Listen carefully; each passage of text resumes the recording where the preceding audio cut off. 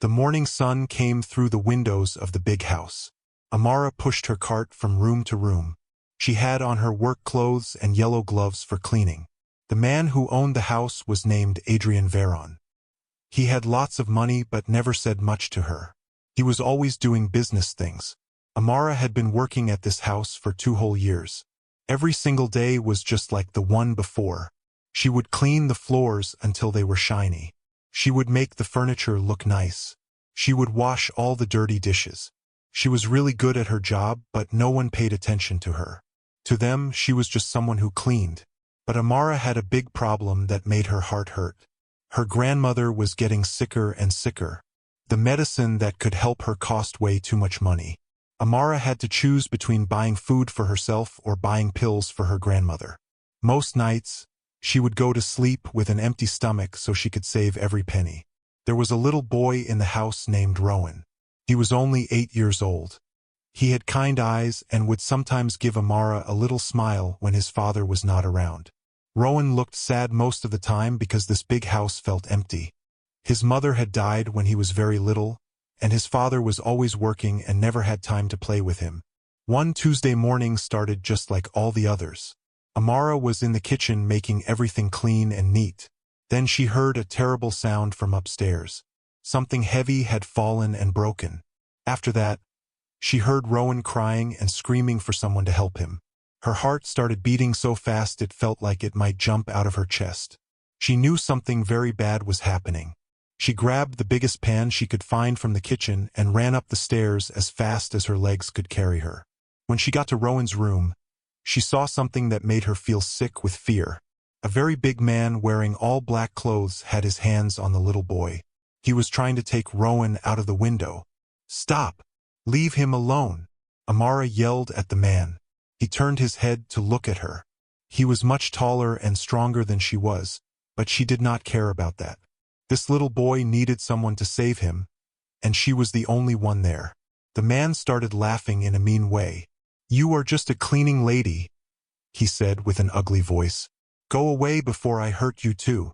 But Amara did not go away. She remembered when she was a little girl and no one helped her when bad things happened to her. She promised herself that she would never let a child feel that scared and alone. She lifted the heavy pan up high and ran straight at the big man. What happened next was like something from an action movie. The man tried to hit her and push her away, but Amara was fighting for something much more important than her own safety. She hit him with the pan over and over until he fell down on the floor and could not get back up. Rowan ran right to her and wrapped his little arms around her waist as tight as he could.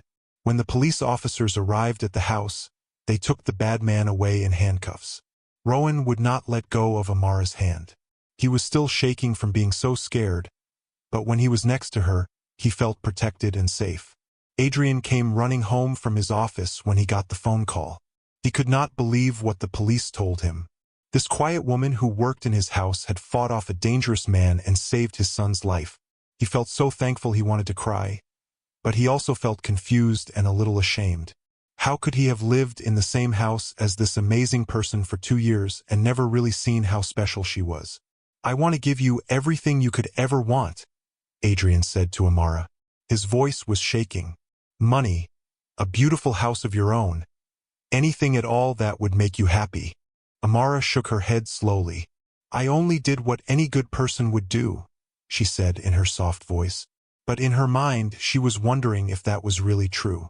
Would other people really risk getting hurt or killed to save a child they were not related to? The days that came after were very strange and different. Adrian could not stop thinking about what had happened. He started asking himself questions that bothered him. Who had told the kidnapper exactly when to come? How did that man know which room was Rowan's? How did he know how to get into the house without anyone seeing him? The police worked day and night trying to find the answers to these questions. After many long weeks of investigating, they found out something that was worse than anyone had imagined. The person who had planned to steal Rowan away was not some stranger who had picked their house randomly. It was someone who knew them very well. Lionel Veron was Adrian's own brother. He had made some very bad choices with money and lost everything he owned. Now he owed dangerous people more money than he could ever pay back. He was so desperate and scared that he came up with a horrible plan. He would have his own little nephew kidnapped. Then he would pretend to be worried and ask Adrian for a lot of money to get Rowan back safely. He thought this would solve all his money problems and no one would ever know what he had done. When Adrian found out this terrible truth, he felt like his whole world had fallen apart. His own brother, someone who was supposed to love his family, had put his innocent child in deadly danger. The person who should have protected Rowan had been the one trying to hurt him the most. But then Adrian looked over at Amara and realized something that filled his heart with wonder. The person who had actually protected his son was not a family member or a rich friend with power. It was a woman who cleaned his floors and washed his dishes. A person he had barely noticed had shown more love and loyalty to his child than his own blood relative. For Amara, learning about what Lionel had done made her feel sad but not really surprised. She had learned a long time ago that some people could be very mean and selfish, even to the people in their own family. But she had also learned that it was always right to choose to be kind and helpful, no matter what other people did. She could see how much Adrian was hurting. He was starting to question everything he had always believed about family and who he could trust. And when she looked down at little Rowan holding her hand so tightly, she understood something important. Real love did not have to come from people who shared your blood. Love could come from anyone who chose to care about you and want to keep you safe. After all these shocking events, everything about life in the big house changed completely. Adrian asked Amara if she would be much more than just someone who cleaned. He wanted her to become a real part of their small family. He made sure that her grandmother got the best doctors in the city and never had to worry about paying for medicine ever again. He told Amara that he knew he could not take away all the hard and painful times she had lived through before. But he promised that he could make sure her future would be filled with good things. He wanted to honor her incredible bravery by giving her the respect and opportunities she deserved. For little Rowan, Amara became like the mother he had lost. She was his hero, the brave woman who had fought off a scary man to keep him safe. He would remember her kindness and courage for the rest of his life. For Adrian, everything that happened taught him lessons about life that he had never learned before. Having lots of money could not protect his family from people who wanted to hurt them. Being rich and powerful could not make sure that people would really love him. But this painful experience also opened his eyes to things he had never seen before. He learned to look at people for who they truly were on the inside, not just by how much money they had or what kind of job they did.